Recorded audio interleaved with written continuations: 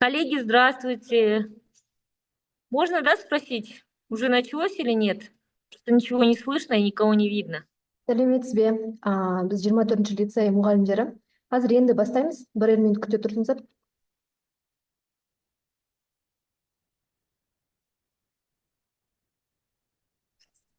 Қазақ тілінде өте ма, орыс тілінде өте? Қазақ тілінде өтеді, орыс тілінде де бар ішінде. Орыс тілі мұғалімі. Аралас. Жарайды, рахмет.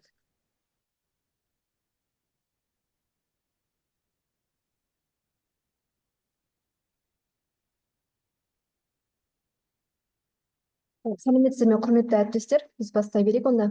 Алдымен өзімді таныстырып өтейін. Қазір слайдты қосып.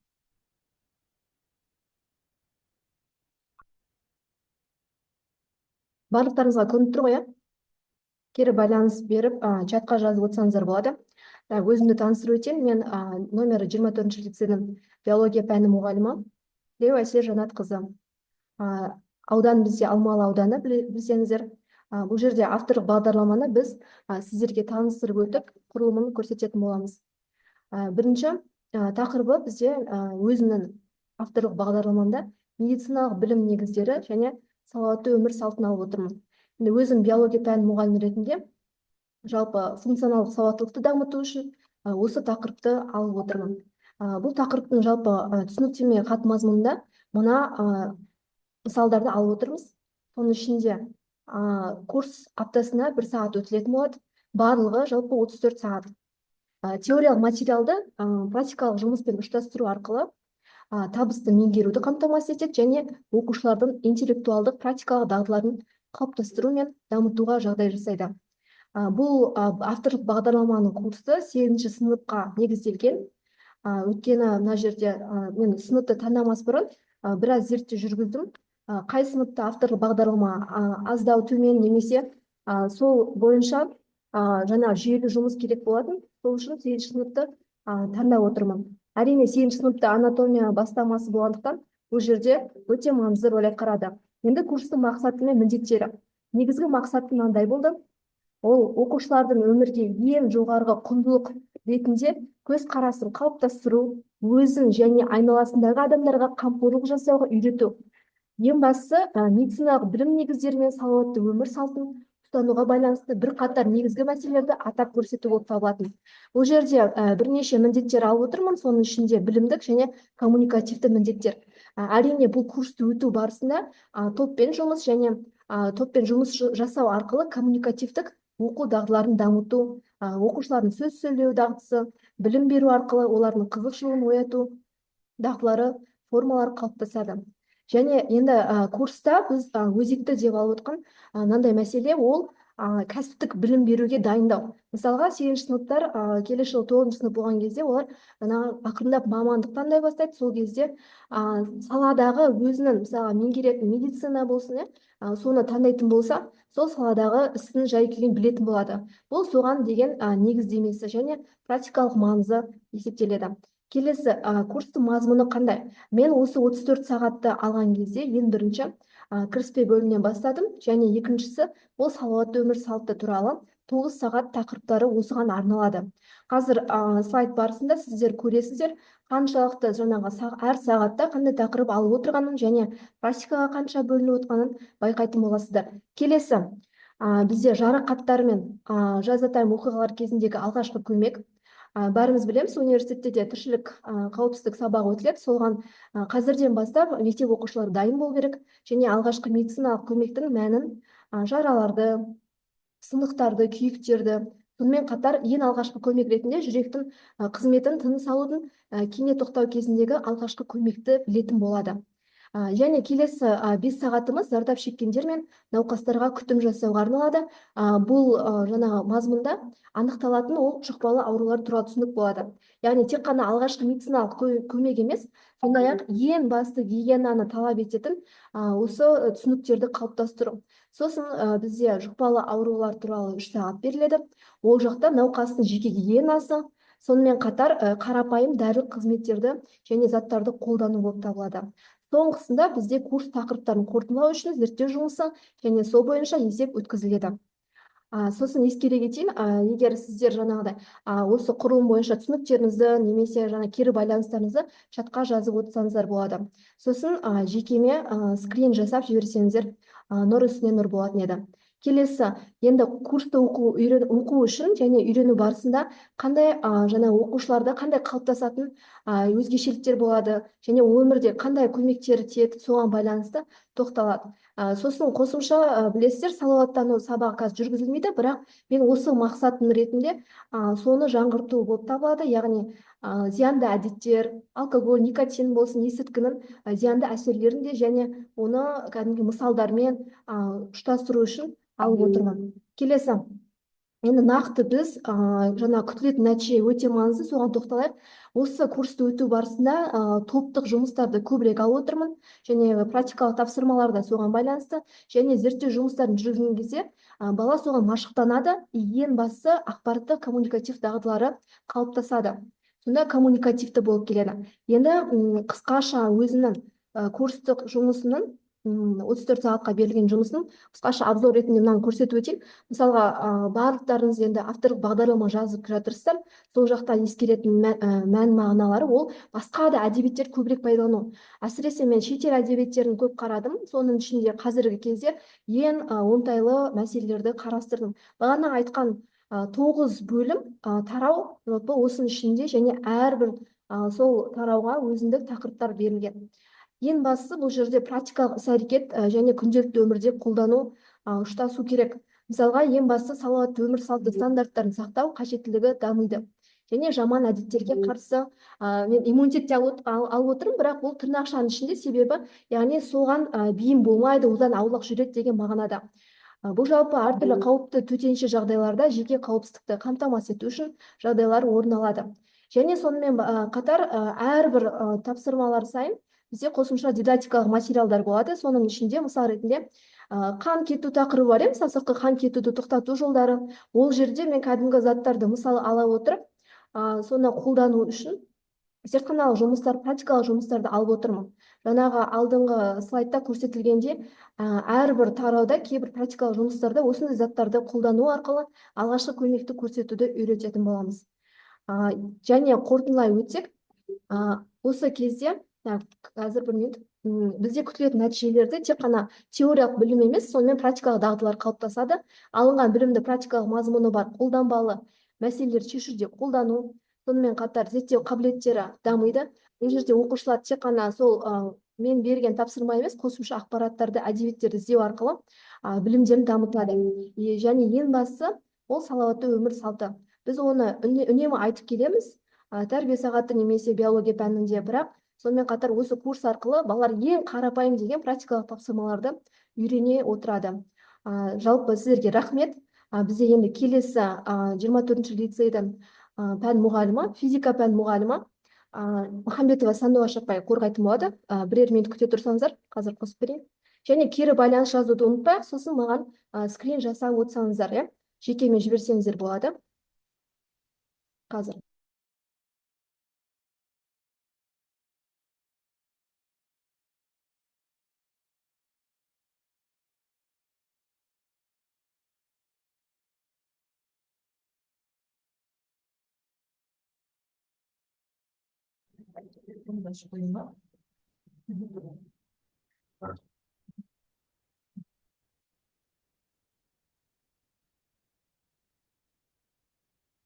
Қайырлы күн, құрметті ұстаздар.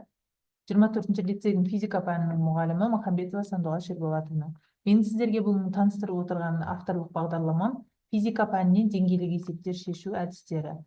Енді бұл жерде бағдарламаның өзектілігін айтып өтетін болсақ, қазіргі кезде білім беру жүйесінде оқушылардың логикалық ойлауын дамыту, олардың шығармашылық қабілеттерін және әртүрлі деңгейдегі тапсырмаларды шешу дағдыларын қалыптастыру.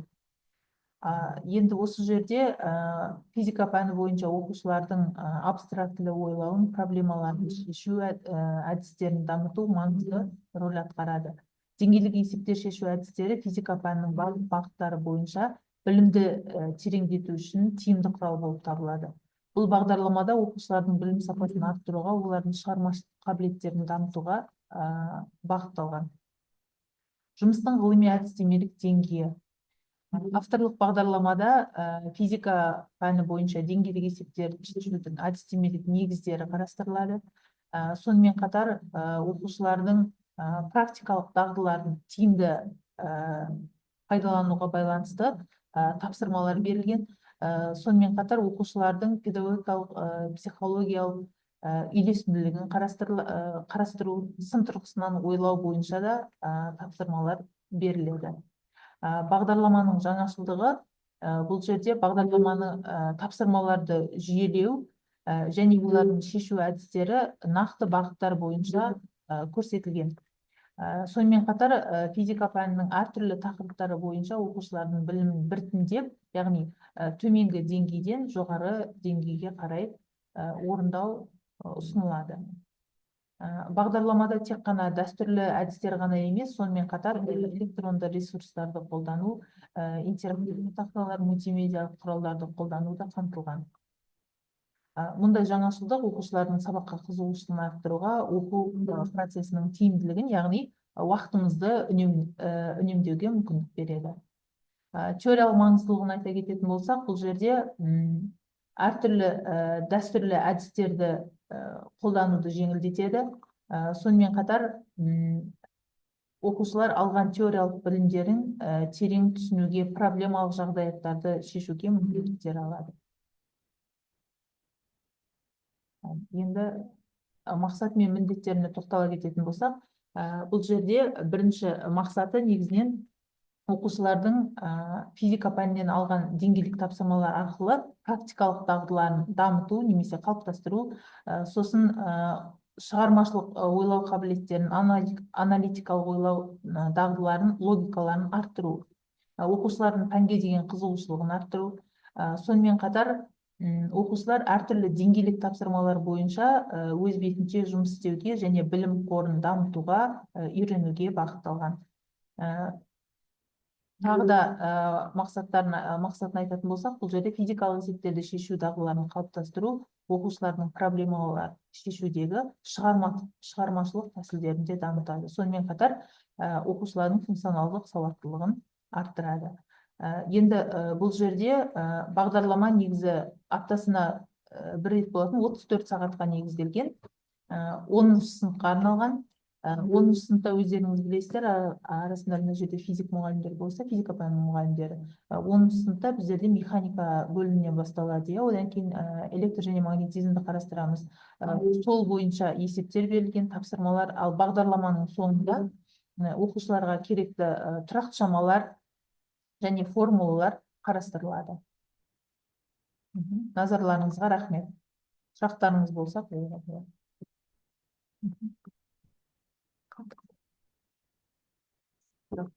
Сұрақтар болса жаза берсеңіздер болады, кері байланыс. Жақсы, онда мен келесі әріптесім бізде орыс тілі пәні бойынша Ақмарал Қазыловнаға береміз.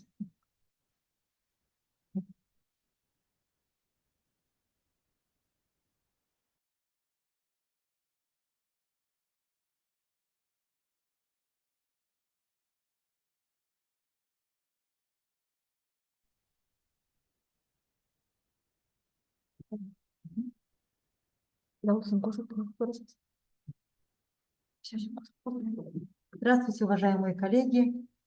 Моя авторская программа – это рабочая тетрадь по русскому языку и литературе для учащихся 8 классов с нерусским языком обучения. Одна из главных задач современного образования – воспитать разностороннюю, компетентную личность, способную самостоятельно пополнять свои знания, подбирать необходимый материал, творчески подходить к выполнению различных заданий. Рабочая тетрадь – это набор заданий для организации работы учащихся, составленный в строгом соответствии с действующей учебной программой.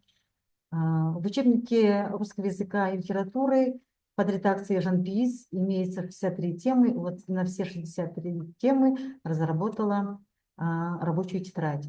Цель рабочей тетради – развивать устную и письменную речь учащихся, овладение ими навыками и приемами понимания информации, содержащейся в тексте. Сущность понимания состоит в том, чтобы понять идею произведения, замысел его автора и почувствовать эмоциональный настрой и красоту языка художественного произведения. Цель рабочей тетради – закрепление знаний, помогает учащимся применять теоретические знания на практике. Развитие навыков, формирует устойчивые учебные навыки, такие как критическое мышление и самостоятельность. Индивидуализация обучения позволяет адаптировать задания под уровень каждого ученика. Структура рабочей тетради. Теоретическая часть. Краткие теоретические сведения даны по каждой теме. Практические задания, упражнения, направленные на применение знаний. Творческие задания, задания для развития креативности и самовыражения. Задания в рамках международного исследования ПИЗа. Критическое осмысление прочитанного, формулирование собственного мнения, развитие навыков, которые будут востребованы в их дальнейшей учебе и жизни. Примеры практического применения: упражнения на анализ текста, разбор литературных произведений, создание собственных интерпретаций. Проекты и исследования, выполнение проектов, которые требуют глубокого изучения темы. Ну и работа в группах, совместное выполнение заданий для развития коммуникативных навыков. Примеры. Вот тема «Если не я, то кто же?». Значит, здесь вкратце дана теоретическая часть и задание в формате ПИЗа. Да? Заполните таблицу, к примеру, указав, в каких ситуациях в жизни человека важно брать на себя ответственность и какие последствия могут быть от отказа от этой ответственности. То есть учащиеся сами, думая, размышляя, свою точку зрения могут продемонстрировать. Следующее задание, например, практическое задание на анализ произведений. Представьте, что вы один из друзей электроника, и вам нужно объяснить ему, что значит быть человеком. Напишите письмо электронику, в котором вы расскажете о чувствах и эмоциях, которые он должен понимать, чтобы стать настоящим другом. Используйте примеры из произведения, чтобы аргументировать ваше мнение. Ну и вот примеры из рабочей тетради. Устойчивые учебные навыки, ожидаемый результат, что мы ожидаем, то есть самостоятельность, умение работать без постоянной помощи учителя. Критическое мышление, анализ информации, формулирование собственных мнений. Организованность, умение планировать свое время и ресурсы для выполнения заданий. На этом у меня все. И в заключение хочется сказать, что рабочая тетрадь – это важный инструмент в образовательном процессе, так как имеется широкий спектр заданий, который помогает разнообразить работу на уроке, тем самым привлечь внимание учащихся к русскому языку и литературе, реактивное мышление, требующее самостоятельного творческого подхода, написание сочинений, рассуждения, сочинений с изменением лица рассказчика, с отстаиванием собственной позиции, с выходом за рамки литературного произведения. Если есть вопросы, пожалуйста, можете написать в чате. Кому интересно, могу отправить рабочую тетрадь. Могу поделиться. На этом у меня все. Представляю следующего участника. Это у нас учитель математики Жигербек Агай.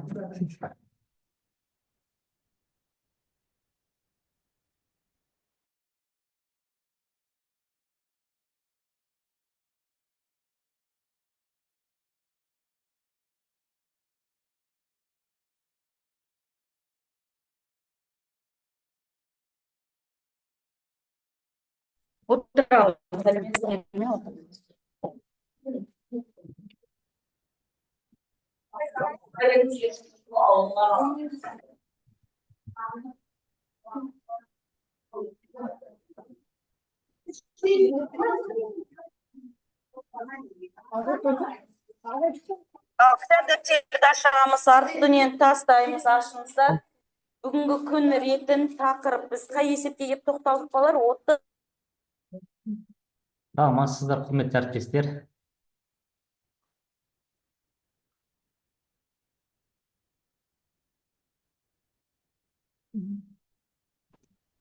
Менің авторлық программам несі логикалық математика.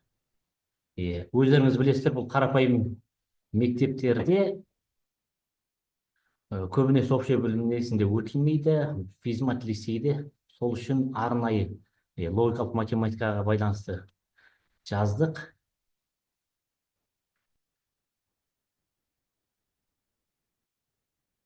Бағдарламаның өзектілігі қазіргі білім беру жүйесіндегі оқушылардың логикалық ойлау қабілеттерін дамытудың маңызы зор. Математика пәні оқу ақыл ойды дамытудың негізгі құралы.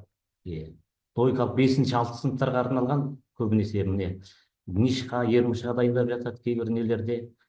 Соған байланысты оның сыртында балалардың тез ойлауға, жүйелі түрде шешім қабылдауға көмектеседі. Бұл кітапты жалпы құрастыру барысында өздеріңіз білесіздер, бұл бізде САТтың несінде болды. Шетелде математика, яғни фундаменталды математика емес, логикалық математика өте көп және дамыған. Солардан алдық. Оның сыртында мынау өзіміздің қандас еліміз Түркия мемлекетіндегі сол жақтың кітаптарын алдық, материалдың барлығын жалпы жан-жақтылы қарастырылған, кезген бағытта өте жақсы құрастырылған 34 сабаққа арналған. Негізгі мақсаты логикалық ойлауды дамыту, математикаға деген қызығушылықты арттыру, логикалық принциптерді меңгеру. Бағдарламаның міндеті математика логикалық қатысу негізгі ұғымды енгізу, логикалық тапсырмаларды арқылы зейінді тұру, проблемалық оқыту әдісі, логикалық шешімдер қабылдау, дағдыларын дамыту, теориялық білімді нақты өмірде, яғни шынайы өмірде қолдана білу, жай не түрінде емес. Күтілетін негізгі нәтижесі бағдарламада оқушының ойлау қабілеттерін дамытып, математика қызығушылығын арттырып, проблема шешу дағдылы, яғни тура математика қалай, одан да жан-жақты шешім тек не тұрғыдан емес, математикалық тұрғыдан емес, басқа да қырынан шешу жолдары барын, яғни дамыту. Негізі тексерудің неше түрлі тәсілдері, теориялық тәсіл, практикалық тәсіл және жоба жұмыстары.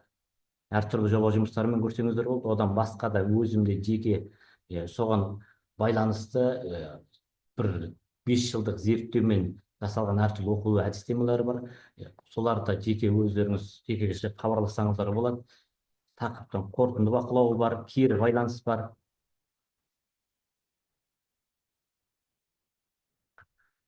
Оқу жоспарының құрылымы негізі кіріспе, негізгі ұғымдар және практикалық тапсырмалар.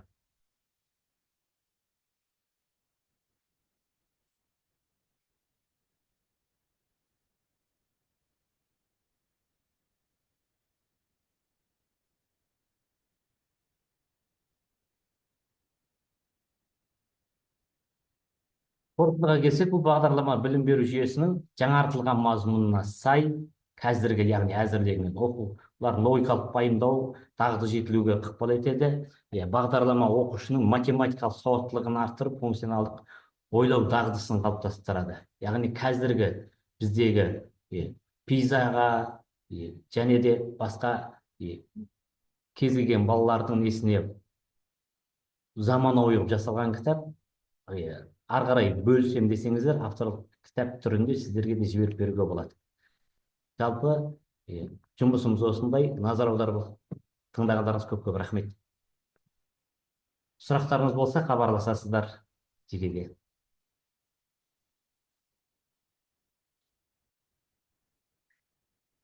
Рахмет жалпы назар аударып тыңдағандарыңызға.